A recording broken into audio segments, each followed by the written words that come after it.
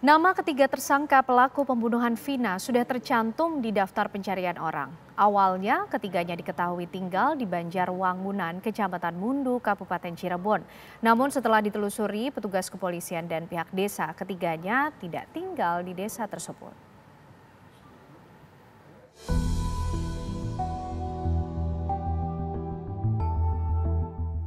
Tiga tersangka kasus pembunuhan Vina yang masuk dalam daftar pencarian orang hingga kini belum tertangkap. Ketiganya atas nama Peggy alias Perong, Andi, dan Dani. Sebelumnya dikabarkan ketiga pelaku yang buron ini merupakan warga Banjarwangunan, Kecamatan Mundu, Kabupaten Cirebon, Jawa Barat. Namun saat dicek oleh pihak kepolisian dan dibantu pihak desa, ternyata nama ketiga pelaku itu tidak terdata di desa Banjarwangunan, Kecamatan Mundu, Kabupaten Cirebon.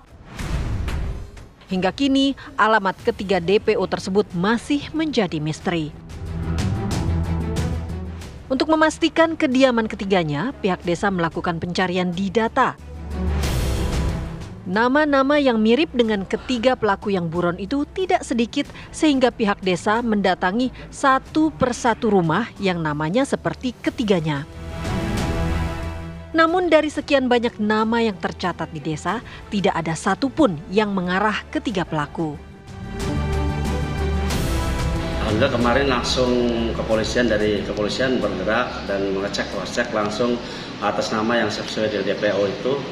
Satu yang pertama itu Peggy itu nggak ada cross check dari sini, dan Andi, ada nama Andi itu hampir 15 orang dan sudah di cross check tidak ada terbukti bahwa yang sesuai dari DPO itu tidak ada terbukti. Dan yang terakhir Dani di kami ada data 9 orang di data hasil cross check langsung lapangan dan hasilnya 0 juga, nggak ada.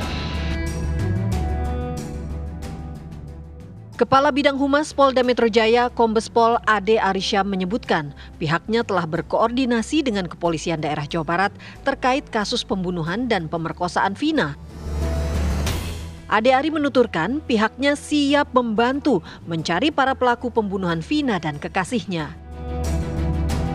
Meski demikian, Ade menyebut Polda Metro Jaya masih belum menerima laporan daftar pencarian orang atau DPO tersebut dari Polda Jawa Barat. Kami sudah baru saja tadi komunikasi dengan Kabid Humas Polda Jawa Barat tentang informasi dari teman-teman media ini. Jadi pada prinsipnya Polda Metro Jaya siap membantu mencari apabila mencari tersangka berdasarkan DPO yang diterima oleh Polda Metro Jaya. Ya, jadi ketika Polda Metro Jaya, Polres Jajaran menerima surat permohonan bantuan pencarian tersangka dengan dasar DPO dari Polda lain, dari Polres lain di luar wilayah hukum Polres, di wilayah luar wilayah hukum Polda Metro Jaya siap membantu. Sebelumnya, Vina dan kekasihnya Eki dibunuh oleh 11 orang anggota geng motor di Jalan Raya Talun, Kabupaten Cirebon tahun 2016 silam. Vina dan kekasihnya ditemukan tewas di trotoar jalanan. Hingga saat ini 3 pelaku pembunuhan belum ditemukan dan masuk dalam daftar pencarian orang. Dari Cirebon, Jawa Barat dan Jakarta, Ervan Septiawan, Robin Freddy, TV One mengabarkan.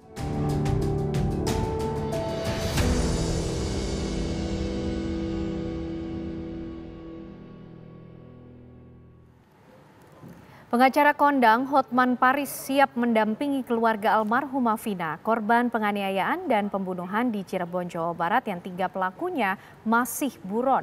Hotman menduga ada keterlibatan pihak kepolisian dalam menutupi identitas ketiga orang buronan tersebut.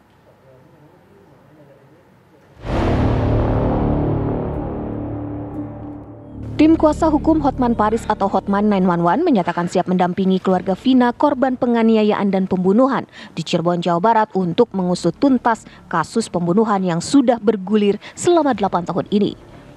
Hotman menemukan fakta janggal diubahnya berita acara perkara dari ke-8 terpidana. Sebelumnya dalam ke-8 BAP terpidana menyampaikan ada 3 nama orang lainnya. Namun dalam BAP baru ke-8 terpidana, 3 nama tersebut dihilangkan. Hal ini menimbulkan kecurigaan atas dugaan keterlibatan oknum polisi. Hotman pun berkomitmen untuk membantu keluarga Vina menguak kasus ini hingga tuntas. Dari segi logika manusia normal pun nggak mungkin 8 orang itu ngarang cerita bersamaan di awal-awal pada saat ditangkap, ya kan? Berarti benar itu ada 3 orang, ya, dari penafsiran kita sebagai ahli hukum. Karena pada saat di BAP kan terpisah, hampir semuanya mengatakan ada 3 orang lagi. Tapi pada saat dilimpahkan ke kejaksaan, mereka merubah BAP sehingga diduga ada pengaruh di sini. Ada pengaruh di sini sehingga 3 orang ini bahkan sampai sekarang seolah-olah alamatnya tidak jelas, padahal itu harusnya di BAP itu ada, ya. Dan jadi himbauan kami kepada Bapak Kapolri adalah ini ada sesuatu yang tidak beres di penyidikan di awal. Kalau 8 orang pelaku sudah menyatakan ada 3 orang lagi sebagai pelaku yang lain dan itu bersamaan semua dalam BAP terpisah, ya, nggak mungkin itu karangan, nggak mungkin itu koinsiden. Kasus Vina sendiri kembali mencuat usai film yang mengangkat kisahnya menjadi perbincangan di halayak ramai. Dari Jakarta, Sinka Neila, Ahmad Samsudin, TV One mengabarkan. Kuasa hukum 5 terpidana dalam kasus pembunuhan Vina menduga ada kejanggalan dalam penetapan para terpidana sebagai pelaku eksekusi Vina. Mereka diduga mendapatkan tekanan oknum tertentu untuk mengakui perbuatan yang tidak pernah mereka lakukan. Berikut pernyataan kuasa hukum 5 terpidana, Jogi Nainggolan. Itu tidak diserahkan ke unit reskrim, tetapi dibawa ke kantornya dia, ke ruangannya dia di unit narkoba. Maka di sanalah mereka diperlakukan tidak manusiawi, dipukulin dengan berbagai cara, dengan tuduhan-tuduhan seolah-olah mereka melakukan pembunuhan. Dan secara gamblang bisa dilihat di berbagai media ada foto-foto mereka yang sudah babak karena mereka tidak tahan siksaan yang dilakukan oleh kepolisian Resort Cirebon Kota. Akhirnya mereka pasrah dengan kondisi apapun asalkan mereka tidak disiksa lagi. Itu kira-kira awal daripada sejarahnya. Lalu karena kasus itu